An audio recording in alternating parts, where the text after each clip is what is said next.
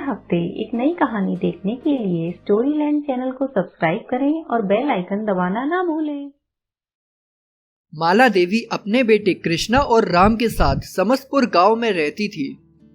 अरे माला बहन, एक खुशखबरी लाया हूँ तुम्हारे लिए। मेरे ऐसे भाग कहाँ? पर तुम्हारी बिटिया के तो भाग खुल गए हैं।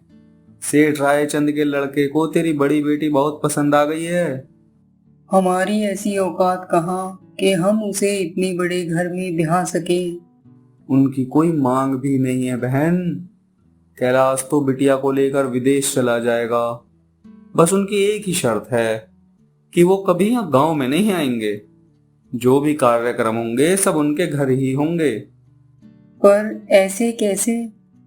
अरे ज्यादा सोचो मत बहन, वरना ऐसा रिश्ता फिर नहीं मिलेगा। संयोगिता की शादी कैलाश से हो जाती है। कैलाश शादी के बाद संयोगिता को लेकर विदेश चला जाता है। कुछ 5 साल बाद वो अपने देश लौट आते हैं। माँ, संयोगिता विदेश से आ गई है और अब रक्षाबंधन भी आने वाला है। क्यों ना हम उसे यहीं बुला लें? हाँ बेटा, पर तू उनकी शर्त भूल गया। अरे माँ, ये भी कोई बात हुई? एक दिन के लिए भेज देंगे तो क्या हो जाएगा। बेटा, वो बड़े लोग हैं, वो हमारी संयोगिता को खुश रख रहे हैं, वही बहुत है। बड़ा घर है तो क्या हुआ, रिश्ते नाते भी कुछ होते हैं ना माँ। तब की बात और थी, अब हम दोनों की भी नौकरी लग गई है माँ। बेटा, तुम ऐसा करो, इस हफ्ते संयोगिता के घर जाओ और दामाद जी और संयोगिता दोनों को रक्षाबंधन का निमंत्रण दे आना। राम और कृष्णा संयोगिता के घर के लिए निकलते हैं, पर वहां पहुंचकर उन्हें पता चलता है कि कैलाश अब विकास नगर में रहने लगा है। वो दोनों दुखी मन से घर वापस आ जाते हैं। माँ, मैं कल ही दीदी से मिलने विकास नगर जाता हूँ। ठीक है बेटा, ये लो कुछ सामान, कपड़े और मिठाइयाँ हैं संयोगिता के लिए। कृष्णा विकास नगर पहुंच जाता है और दरवाजे पर दस्तक देता है, पर अंदर से कोई आवाज नहीं आती। पता तो यही है। कृष्णा इस बार घंटी बजाता है। तभी थोड़ी देर में संयोगिता अंदर से दरवाजा खोलती है। अरे कृष्णा, कब से खड़ा है तू यहाँ? चल अंदर, चल जल्दी। नमस्ते दीदी। देख तो सारा भीग गया है, ये ले सर पोंछ ले। बड़ी देर लगा दी आपने दरवाजा खोलने में। ऐसे मौसम में खटखटाने का कहाँ पता चलता है। तभी फिर घंटी बजाई। अच्छा किया घंटी बजा दी, नहीं तो पूरा दिन यही खड़ा रहता। और बता, घर पर सब ठीक है ना? हाँ, एकदम बढ़िया है सब। हम सब बहुत याद करते हैं तुम्हें। तुमको हमारी याद नहीं आती क्या? बहुत आती है। तू तो जानता है ना, इन्हें पल भर की भी फुर्सत नहीं है। चलो वो सब छोड़ो, ये लो, माँ ने कुछ मिठाइयाँ, कपड़े और सामान भेजा है आपके लिए। अरे माँ भी ना, इस सब की क्या जरूरत थी? पहले ही इतने कपड़े और गहने हैं, पर कहीं जाने के लिए वक्त ही नहीं, तो घर में ही पहनने लगी हूँ। तुम्हारा घर तो किसी म्यूजियम की तरह सुंदर है दीदी। बस पूछो मत, उनको बहुत शौक है ये सब इकट्ठा करने का। अच्छा ये बता, क्या खाएगा तू? जो भी हो ले आओ, बहुत भूख लगी है। ये नौकर भी ना, जहाँ थोड़ा मौसम खराब देखा बस छुट्टी करके बैठ जाते हैं। सब सामान कहाँ रखा है ये वही जानते हैं। मैं तो रसोई में कम ही जाती हूँ। मैं एक बार फोन करके पूछती हूँ। संयोगिता फोन लगाती है, पर फोन नहीं लगता। इस खराब मौसम में तो फोन भी काम नहीं कर रहे। तू क्या खाएगा बता, मैं अभी सामान ले आती हूँ बाजार से। अरे इतनी बारिश में अब कहाँ जाओगी? अरे कोई बात नहीं, मैं भी आती हूँ। तू कोई भी आए तो दरवाजा मत खोलना बस, ओके? मैं अब कोई छोटा बच्चा थोड़े ही हूँ। मेरे लिए तो तू छोटा बच्चा ही रहेगा ना। अच्छा, जो कह रही हूँ वो सुन और कर। संयोगिता बाजार से सामान लेने के लिए चली जाती है। तभी पीछे से दरवाजे पर एक औरत आती है। अरे ओ संयोगिता, दरवाजा खोलो महारानी। कौन है? आज कोई नया लेनदार आके बैठ गया है क्या? क्या बात है, ये कैसे बात कर रही हैं आप? तुम कौन हो? मैं उसका भाई हूँ, बताइए। ये लो बिल 3 महीने का 10,000 रुपए। कह देना अपनी बहन से भर दे, वरना अभी तो टेलीफोन और बिजली की ही लाइन कटी है। बिल नहीं भरा तो पानी भी नसीब नहीं होगा। क्या? टेलीफोन तो खराब और घंटी तो बजी थी, वही सुनकर तो दीदी यहाँ आई थी। ये तुम्हारी दीदी आज इतना सच कर कैसे घूम रही थी? वैसे तो मेरी नौकरानी भी उससे अच्छी लगती है। क्या मतलब? मैं देता हूँ बिल के पैसे। सच में भाई, तुम तो बहुत भले जान पड़ते हो। भाई मेरा किराया भी दे दो मकान का। किराया? पर ये तो दीदी का घर है। घर? अरे भाई, ये तो म्यूजियम वालों का गोदाम है, पर इन्हें ये पसंद आ गया तो मैंने इन्हें दे दिया। मेरी तो एक ही कमरे में दुगनी कमाई हो रही है। कृष्णा ये सब सुनकर दंग रह जाता है। कितना किराया बाकी है आपका? पूरे 30,000। ये लो अपना किराया और बिल। बेचारी को आज कुछ खुश देखा, वरना तो इस घर से रोज रोने चिल्लाने की ही आवाजें आती हैं। मकान मालकिन अपना किराया लेकर चली जाती है।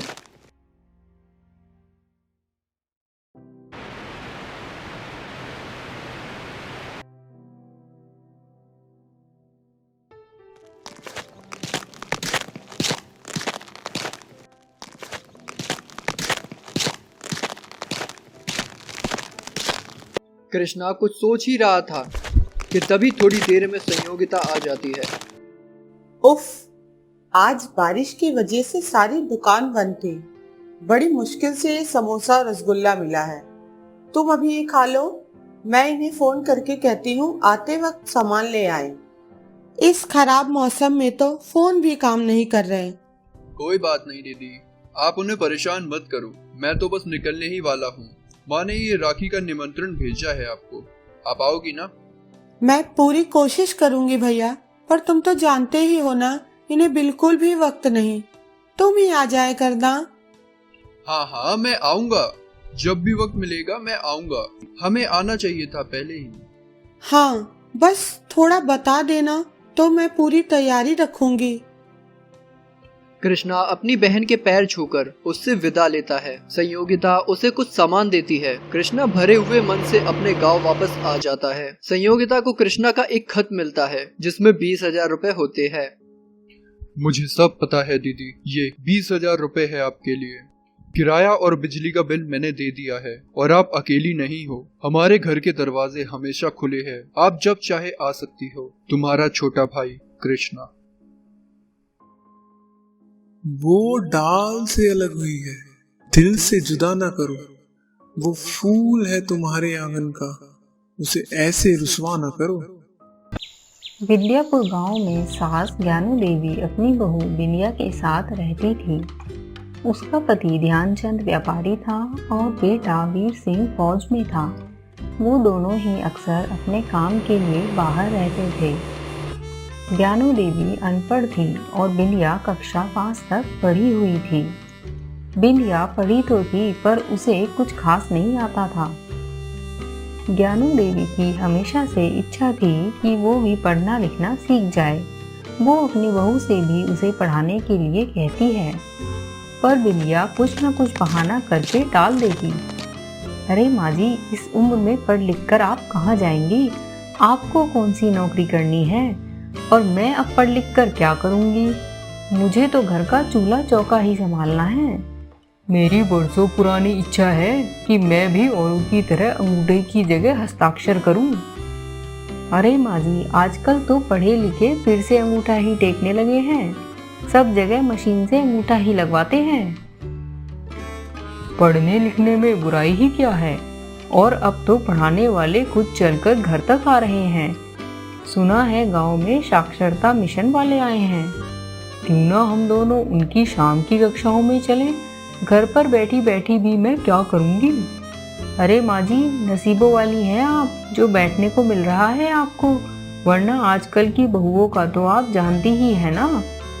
अरे ज्ञान कभी बेकार नहीं जाता बहू, हम दोनों को साक्षरता कक्षाओं में जाना चाहिए। ज्ञानू के बार बार कहने से आखिरकार बिंदिया मान जाती है।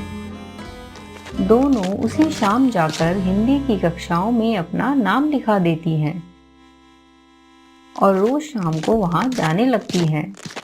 इधर ज्ञानू देवी पूरे मन से पढ़ती है, सीखती है। उसकी लगन देखकर सभी शिक्षक उससे बहुत खुश थे। उधर बिंदिया तो बस रोज अच्छे से सज संवर के जाती और वहां जाकर पढ़ाई में ध्यान देने की बजाय अपनी सहेलियों से गप्पे मारती। अरे बिंदिया, तू यहाँ क्या कर रही है? तू तो 5वीं पढ़ी है, लगता है चौके चूल्हे में सब भूल गई है, फिर से सीखने आई है क्या? अरे ये क्या सिखाएंगे, मैं तो 5वीं पढ़ी हूँ, 5वीं। ये तो मैं माँ जी का साथ देने आई हूँ बस। घर में अकेली में करती भी क्या, तुम लोगों के साथ मेरा भी समय कट जाता है, बाकी पढ़ाई लिखाई में रखा ही क्या है।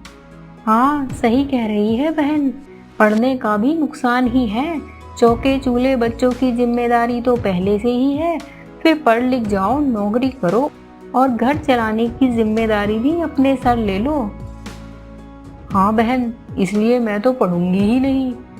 मेरे बड़े भैया ने जबरदस्ती भेजा है, कहते हैं कि मैं इस बार पास नहीं हुई तो मेरी शादी करा देंगे। अरे अच्छा ही है, शादी कराएंगे तो आराम से पति की कमाई पर मौज करूंगी, मौज। अरे वाह नीतू, ये तो तूने बड़े पति की बात कही। अब तो मैं भी सोच रही हूँ कि मैं भी फेल ही हो जाऊं। अरे तुम पास फेल में ही लगी रहोगी। तुमने वो जासूस श्रीदेवी वाला सीरियल देखा है क्या? हाँ, आज तो समय की गवाही एपिसोड का क्लाइमैक्स आना है। ये पता लगने वाला है कि सेठ का कत्ल किसने किया। चलो घर चलते हैं, इनकी राम कहानी तो रोज ही झेलनी है। बिंदिया और उसकी सहेलियां कक्षा को बीच में ही छोड़कर चली जाती हैं और घर पर जाकर जासूस श्रीदेवी सीरियल देखती हैं। इसी तरह दिन बीत जाते हैं। ज्ञानू देवी अब बहुत अच्छे से हिंदी पढ़ना लिखना सीख गई थी। बहू, इन कक्षाओं में तो हमने बहुत कुछ सीख लिया है। क्यों ना मैं तेरे ससुर जी और तू वीर सिंह को एक एक चिट्ठी लिख दे, दोनों ही बड़े खुश हो जाएंगे। ठीक है माँ जी, पर क्या लिखें? मैं जो लिख रही हूँ वही लिख दे, मैं बोलती जाती हूँ, तू अपने हिसाब से लिख लेना। ठीक है माँ जी। पतिदेव प्रणाम, आशा है आप ठीक होंगे। यहाँ भी सब ठीक है, बच्चे ठीक हैं, बहुत परेशान करते हैं। आपके पिताजी हरिद्वार घूमने गए हैं, दोनों बैल बहुत बीमार हैं, पड़ोसी का लड़का चोरी करने लगा है। तुम्हारा छोटा भाई खेत का अच्छे से ध्यान रख रहा है।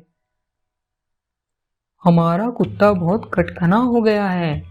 हमारा नौकर बहुत कामचोर हो गया है। तुम्हारा बड़ा पोता पढ़ने जाने लगा है। हमारा गधा माजी ने बेच दिया है।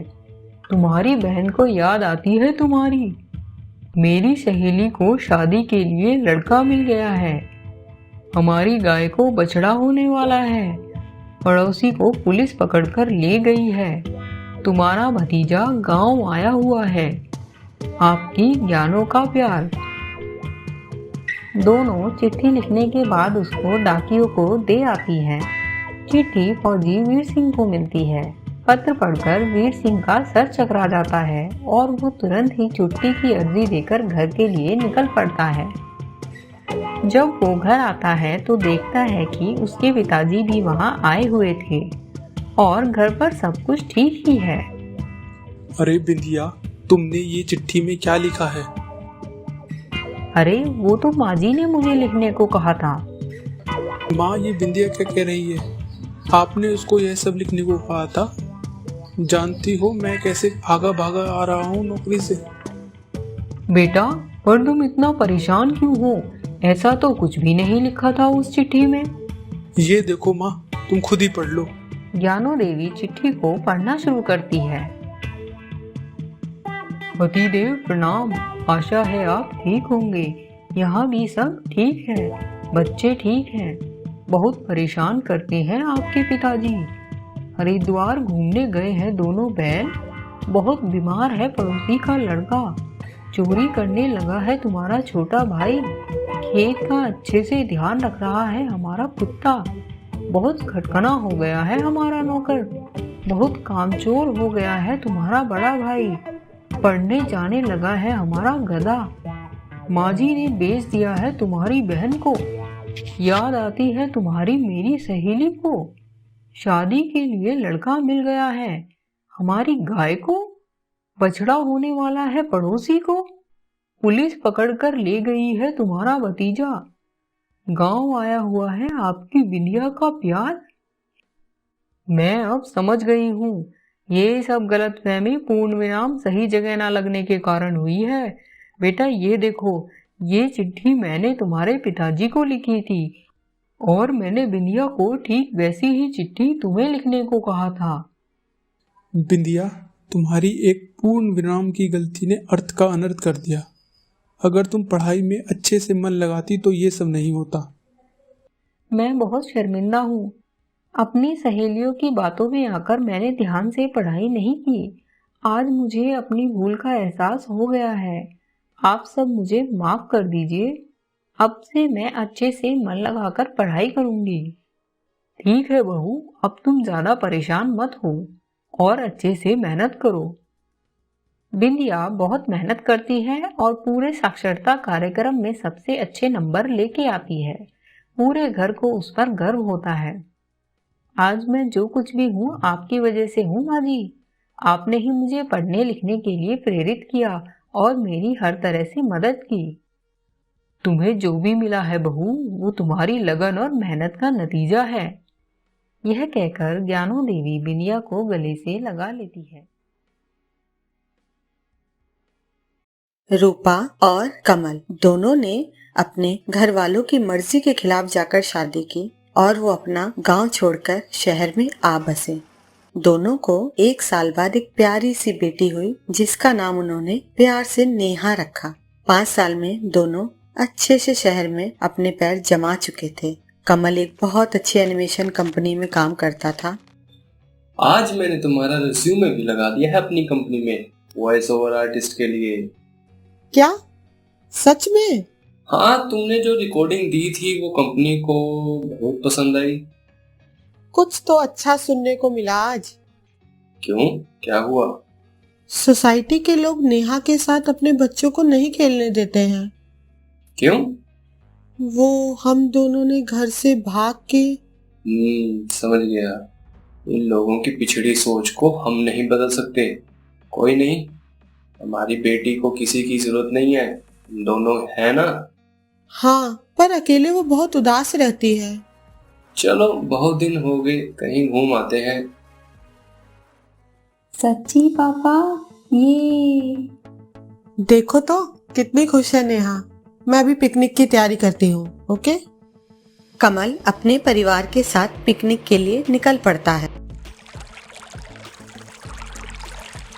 वापसी में आते वक्त अचानक उसकी कार अनियंत्रित हो जाती है। गाड़ी से कूद जाओ। कमल अपनी पत्नी और अपनी बच्ची को तो गाड़ी से बाहर धक्का दे देता है, पर इससे पहले कि वो खुद गाड़ी से कूदे, गाड़ी गहरी खाई में जाकर गिर जाती है।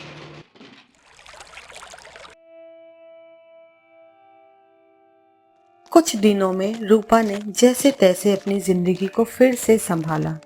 कमल हमारा बहुत होनहार एम्प्लॉय था, हमें आपसे पूरी हमदर्दी है। क्या मुझे कोई काम मिल सकता है? हमारे ऑफिस में नाइट शिफ्ट में रिसेप्शनिस्ट की वैकेंसी है। रूपा को कमल के ऑफिस में नाइट शिफ्ट में रिसेप्शनिस्ट का काम मिल गया था। उधर नेहा की हालत में भी अभी कुछ ज्यादा सुधार नहीं था। इसी बीच मोहल्ले के लोगों ने देखा कि रूपा के घर में किसी आदमी की आवाजें आती हैं। अरे ओ बहन जी, देखो तो इसके घर पर रात में ही कौन मर्द आता जाता है। हाँ बहन, पति को गुजरे अभी दिन ही कितने हुए हैं और ऊपर से बच्ची की भी हालत कितनी नाजुक है। इसका तो पता लगाना पड़ेगा, ये शरीफों का मोहल्ला से। हमारे बच्चों पर भी क्या असर पड़ेगा इस सब का। जो अपने घर से भागी हुई हो उससे कुछ कहकर अपने ऊपर ही कीचड़ उछालना है बहन। मोहल्ले की औरतें रोज की तरह कानाफूसी करके चुप हो गई, पर उनके अंदर रूपा के लिए जलन और गुस्सा बढ़ता ही जा रहा था। सभी रूपा के घर के पास छुप करके खड़ी हो जाती हैं। नेहा बेटा, दरवाजा अच्छे से बंद कर लो। ओके जी मम्मी। बस तभी खोलना गेट जब आपके पापा आए, ओके? हाँ मम्मी, आप चिंता मत करो। रूपा इतना कहकर घर से चली जाती है। अब तो बहुत हो गया है बहन, आज तो उसे रंगे हाथ पकड़ ही लेते हैं। थोड़ी देर बाद रोज की तरह वो आदमी आता है। नेहा बेटा, मैं आ गया, गेट खोलो। अभी आई पापा। गुड इवनिंग मेरा प्यारा बच्चा। आज आपने फिर नहीं कटवाई दाढ़ी मूछ?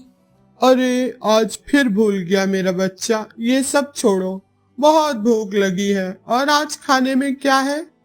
आप इतने लेट आए, मम्मी वेट करके चली जाती है रोज। आप टाइम से क्यों नहीं आते? अरे बेटा क्या करूं, आजकल काम ही कुछ ऐसा है।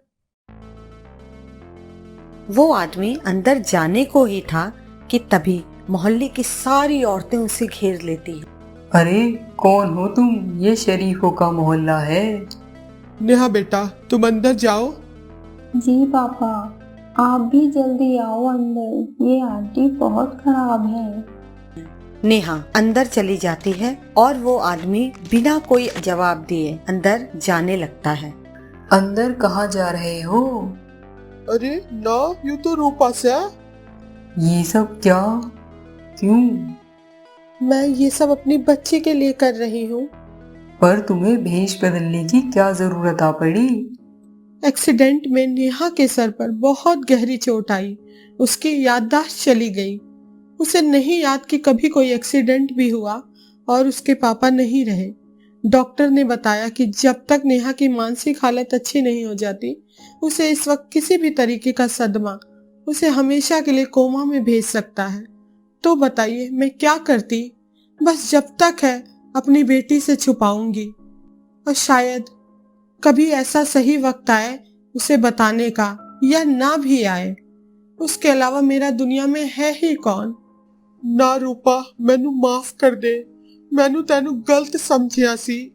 हाँ, आज से नेहा तुम्हारी ही नहीं हम सब की बेटी है। तुम तो रात में नौकरी करने जाती थी ना? नहीं, मैंने वर्क फ्रॉम होम लिया हुआ है। मैं आगे के दरवाजे से पीछे के कमरे में जाकर कपड़े बदलती हूँ और फिर नेहा से उसके पापा बनकर मिलती हूँ, और ये सब सिर्फ इसलिए ताकि मेरी बेटी खुश रह सके। तभी नेहा अंदर से आती है। अरे मम्मी, आप कब आए और पापा कहाँ चले गए? बेटा, आपके पापा आपके लिए सरप्राइज गिफ्ट लेने गए हैं, अभी आते ही होंगे। ये देखकर रूपा की आंखों में आंसू छलक जाते हैं। सर्दी का मौसम था, नया साल भी करीब आ रहा था। दोपहर के समय में भी ठंड से लोग कांप रहे थे, लेकिन मेरठ शहर में ढेर सारे अनाथों की तरह मुन्नी भी सड़क पर भीख मांग रही थी। उसके फटे पुराने कपड़े उसके कोमल तन को भी छुपा नहीं पा रहे थे। भूख से विचलित चेहरा उसकी मासूमियत को दबा रहा था, मगर उस व्यस्त शहर में किसी को भी मुन्नी पर तरस आना तो बहुत दूर, उसकी ओर देखने के लिए भी फुर्सत नहीं थी। बाबूजी, बहुत दिनों से कुछ नहीं खाया, बहुत भूख लगी है, कुछ तो मदद कर दो। आगे बढ़ो, आगे जहाँ देखो वहाँ चले आते हैं ये लोग। मुन्नी आगे बढ़ती है और कांपते हुए एक महिला से भीख मांगती है।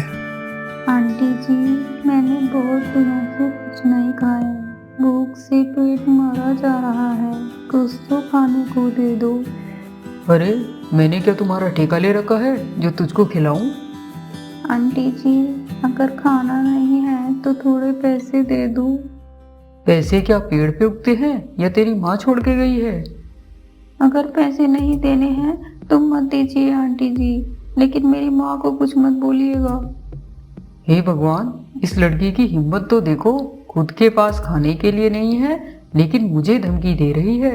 अगर तुझे खाना ही चाहिए तो जाके मांग ले अपने भगवान से, जो तुझ जैसे मनुष्य को पैदा किया है। अब चल निकल यहाँ से। जैसे भगवान ने आज तक किसी को मदद किया हो। मुन्नी देखती है कि रोड की दूसरी तरफ एक दयालु आदमी रोटी बांट रहा था। भूख से विचलित मुन्नी एकदम से दौड़ पड़ती है और देखती है कि दूसरी तरफ से एक बहुत ही तेज गाड़ी आ रही होती है। मुन्नी सोचती है कि आज नहीं बच पाएगी और चक्कर खा के गिर जाती है।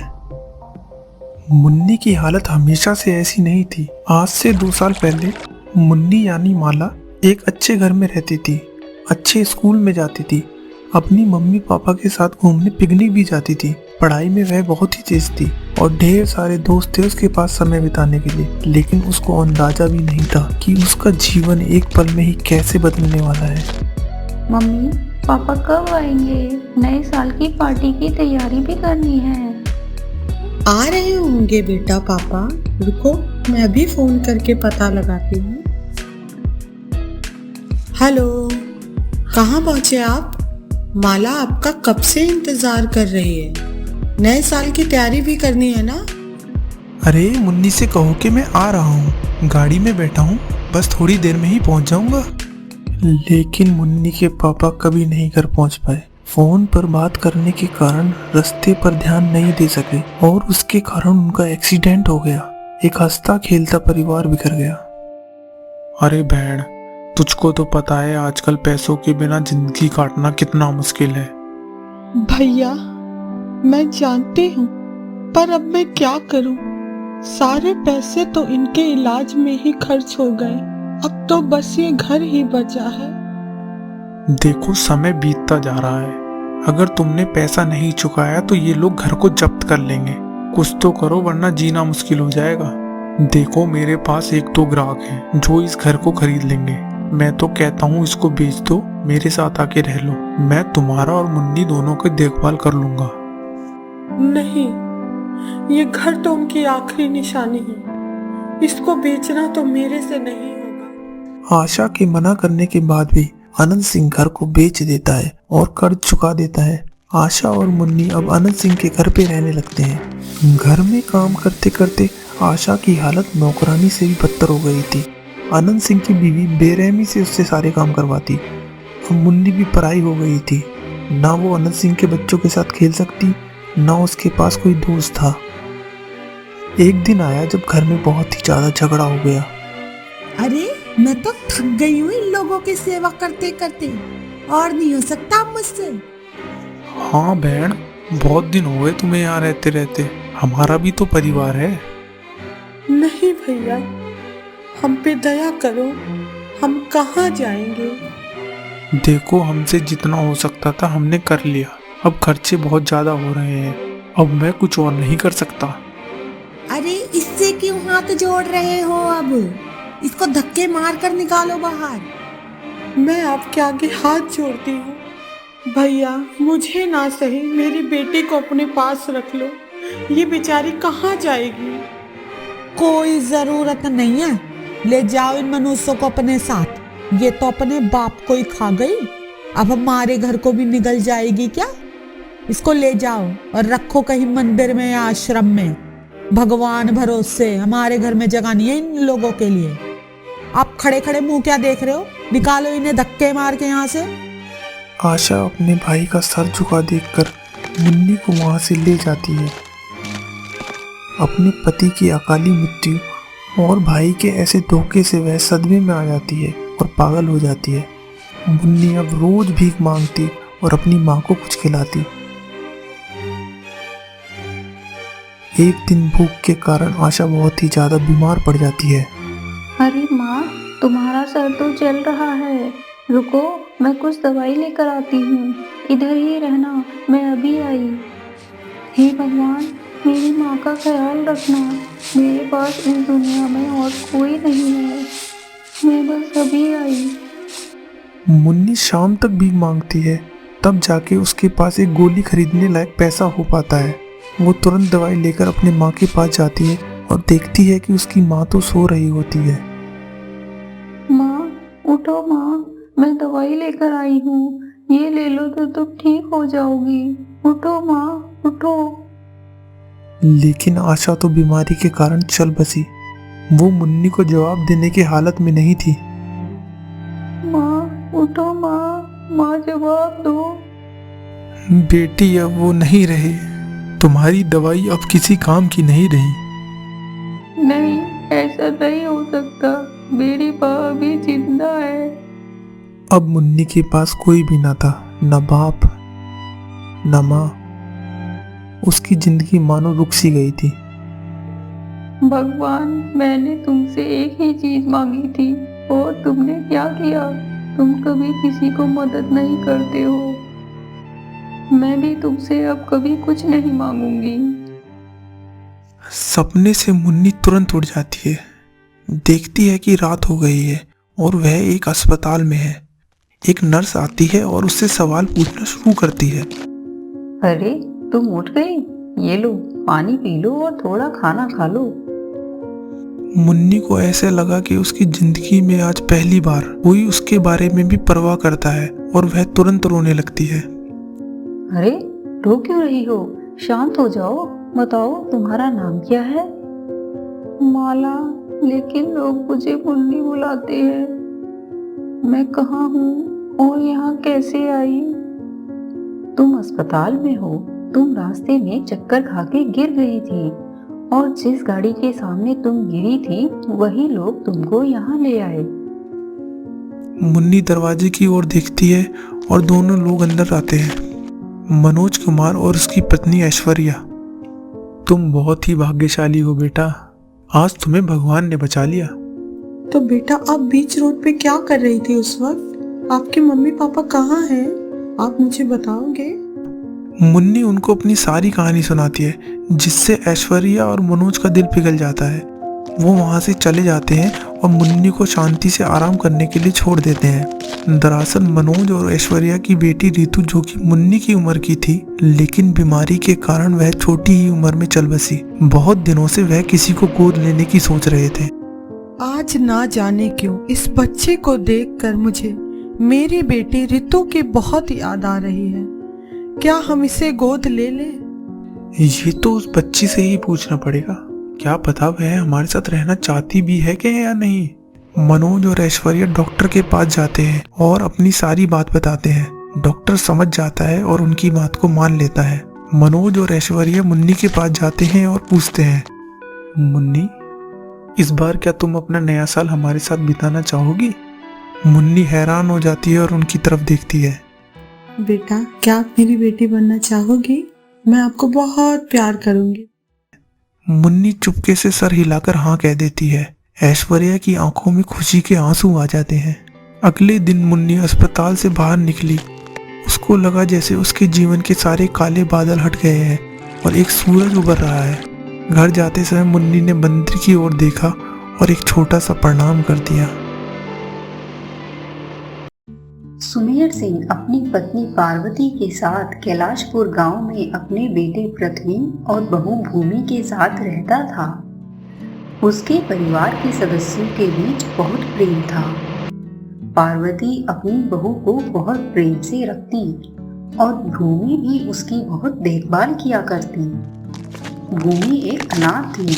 वो अपने मामा मामी के घर पली बड़ी, पर अब उसे अपने ससुराल में जैसे पूरा परिवार मिल गया हो। फिर से काम मिल गया, अब दूर शहर जाना होगा। 6 महीने बाद ही लौटेंगे अब हम दोनों। अरे इतना ज्यादा वक्त के लिए आप पहले कभी नहीं गए?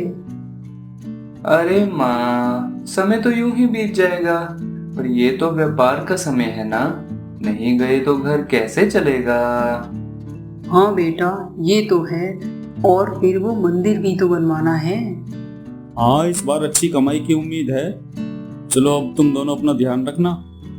भूमि, माँ का पूरा ध्यान रखना तुम। आप चिंता मत कीजिए, मैं माँ जी को शिकायत का कोई मौका नहीं दूंगी। सुमेर सिंह और पृथ्वी के जाने के बाद दोनों बहुत अच्छे से रह रही थी। दोनों साथ ही खाना खाया करती और सब काम किया करती। भूमि अपने सास के सब काम किया करती, नहलाना, कपड़े धोना, मालिश आदि। बहू, मेरी हमेशा से एक इच्छा थी कि अपने बुजुर्गों के घर की मरम्मत कराएं और उनकी याद में एक मंदिर बनवाएं। मेरा स्वास्थ्य भी अब खराब रहने लगा है। माँ जी, कुछ दिनों में ससुर जी और ये आते ही होंगे। जैसे ही आएंगे तब जरूर आप जैसा कहती हैं वैसा ही होगा। ये गांव ज्यादा बड़ा नहीं था और ज्यादातर लोग गांव छोड़कर बाहर शहर की ओर जा चुके थे। गांव के मकान पुराने हो चले थे, पर जो लोग नहीं जा सकते थे उन्हें मजबूरन गांव में ही रहना पड़ रहा था। बेटा, इस बार तो काम जल्दी ही खत्म हो गया और अच्छा मुनाफा भी हो गया है। हाँ पिताजी, हमें अब घर चलना चाहिए। दोनों हमें समय से पहले लौटा देखकर खुश बहुत होंगे। सुमेर सिंह और पृथ्वी घर की ओर एक लंबे सफर के लिए निकल पड़ते हैं। तभी अचानक पूरे राज्य में बहुत तेज भूकंप आता है। सुमेर सिंह और पृथ्वी की गाड़ी अपना संतुलन खोकर खाई में गिर पड़ती है और इधर कैलाशपुर गांव के लगभग सभी घर गिर जाते हैं। कई लोग जानवर दब के मर जाते हैं। सास बहू जब ये सब देखती हैं तो डर जाती हैं। अपनी आंखों के सामने अपने गांव को उजड़ते देखना, इससे बुरा क्या हो सकता है। हमारे सब पशु भी मर गए हैं और शायद अब गांव में कुछ ही लोग जिंदा बचे हैं। पता नहीं ये दोनों कहाँ होंगे और कब तक लौटेंगे। ना जाने कहाँ होंगे और कैसे होंगे। मेरा तो दिल घबरा रहा है बहू। अभी तो उनके आने में 1 महीना बचा है माँ जी, और आप उनकी चिंता मत कीजिए। वो लोग तो भूकंप के इलाके से बहुत दूर हैं। पर जिंदगी कहाँ रुकती है। बचे हुए लोग हिम्मत से अपनी जिंदगी आगे शुरू करते हैं। शहर से मदद आती है, दबे हुए लोगों को निकालते हैं और मरे हुए लोगों को ले जाते हैं और सभी घर के आगे पर्चे चिपका जाते हैं जिसमें जरूरी सूचनाएं और उनका संपर्क होता है, ताकि किसी को उनसे संपर्क करना हो तो संपर्क कर सके। जब तक गांव की स्थिति सामान्य नहीं हो जाती तब तक पास के बड़े मंदिर में रोज सभी गांव वालों को खाना खिलाऊंगा। बहुत बहुत धन्यवाद सेठ जी, आप सच में भगवान बन के आए हैं हमारे लिए। इससे फिलहाल के लिए गांव वालों के खाने पीने की समस्या तो नहीं रही थी। भूकंप के बाद से सास दुखी रहने लगी थी। उसकी उम्र के कई लोग भूकंप में चल बसे थे। वो ज्यादातर वक्त अपने टूटे हुए कमरे में ही रहती और वो अब अपनी बहू से भी कम बातें किया करती। उनका मेहनत से बनाया हुआ घर टूट चुका था। माँ जी, क्या बात है, आप कुछ दुखी हैं? मुझसे कोई गलती हुई क्या? नहीं बहू, बस मैं अपनी एक आखिरी इच्छा के बारे में सोचती रहती हूँ। पर अब तो हमारा जो घर था वो भी टूट चुका है। मंदिर कहाँ से बनाएंगे? माँ जी, आप चिंता मत कीजिए, आपकी इच्छा जरूर पूरी होगी। पर स्थिति अभी ऐसी है कि मैं चाहकर भी कुछ नहीं कर सकती हूँ। सुना है कि गांव में घर की मरम्मत और घर बनवाने के लिए कामगार आए हुए हैं। तू जाकर उनसे बात क्यों नहीं करती? क्या वो हमारा ये छोटा सा काम नहीं कर सकते? देख बहू, अब मेरा शरीर में मानो जान ही ना रही हो। मेरी इच्छा पूरी हो जाए तो मुझे मुक्ति मिले। माँ जी, ऐसा न कहिए, हम दोनों ही एक दूसरे का सहारा हैं। आपके लिए ही तो मैं यहाँ हूँ और आप ऐसी बातें न करें। वे कामगार तो सरकारी हैं, जो काम मिला है वही करेंगे, बस अलग से वो कुछ नहीं करेंगे। ये कहकर बहू सास की बात टाल देती है। सास को पहली बार लगता है कि उसकी बहू उसको अनसुना कर रही है। अगले दिन सास बहू से फिर कहती है, बहू तू एक बार और कोशिश तो कर, शायद कुछ लेकर वो हमारा काम कर दे। तू मेरा सारा सामान और गहने बेच दे और जो भी रुपए मिले उससे मेरी अंतिम इच्छा पूरी कर दे। माँ जी, ये लोग तो अपने गांव की मरम्मत में ही व्यस्त हैं। अगर ये कुछ ले दे के काम करते तो आप मेरे भी सब गहने बेचकर आप मंदिर बनवा लीजिए। पर अभी ये नहीं हो पाएगा, वरना मैं आज ही इनसे बात करने चली जाती। सास को बहू का स्वभाव कुछ बदला बदला लगता है। वो सोचती है जो बहू कभी उसका हर काम कहने से पहले ही कर दिया करती थी, आज कहने के बाद भी उसमें कोई रुचि नहीं दिखा रही। वो दुखी हो जाती है। सास को इतना ज़्यादा दुखी देखकर बहू सास के साथ घर के बाहर दरवाजे तक जाती है। दोनों कामगारों को आवाज़ लगाते हैं, पर कामगारों के कानों पर जूं तक नहीं रही थी और वो उनको अनदेखा करके आगे चले जाते हैं। देखो माँ जी, इन्हें किसी की भी नहीं सुननी है। इन्हें बस अपना काम खत्म करने की जल्दी है। गांव की मरम्मत के लिए दिया गया समय लगभग पूरा हो चुका था। अब कामगारों को और गांव में भी जाना था। गांव के सभी मकान की मरम्मत लगभग हो चुकी थी। कामगार ये गांव छोड़ने ही वाले थे। सास बहू के मकान की मरम्मत नहीं हो पाई थी। कामगार आए थे पर घर के बाहर लगे पर्चे को पढ़ा और वापस लौट गए। अरे, ये हमारे घर की मरम्मत क्यों नहीं हुई? देखो माँ जी, मैं कहती थी ना, ये लोग बस जो काम मिलता है उतना ही करते हैं। गांव में हमारे घर के जैसे ही बहुत घरों की मरम्मत का काम नहीं हो पाया है। बहू, तुम जाकर उनसे बात करो। ऐसे कैसे रहोगी तुम इस घर में? तुम मेरा सब सामान बेचकर इस घर की मरम्मत करा लो। वो मैं... क्या बात है बहू, तुम इतना बदल क्यों गई हो? तुम मेरी एक आखिरी इच्छा नहीं पूरी कर सकती?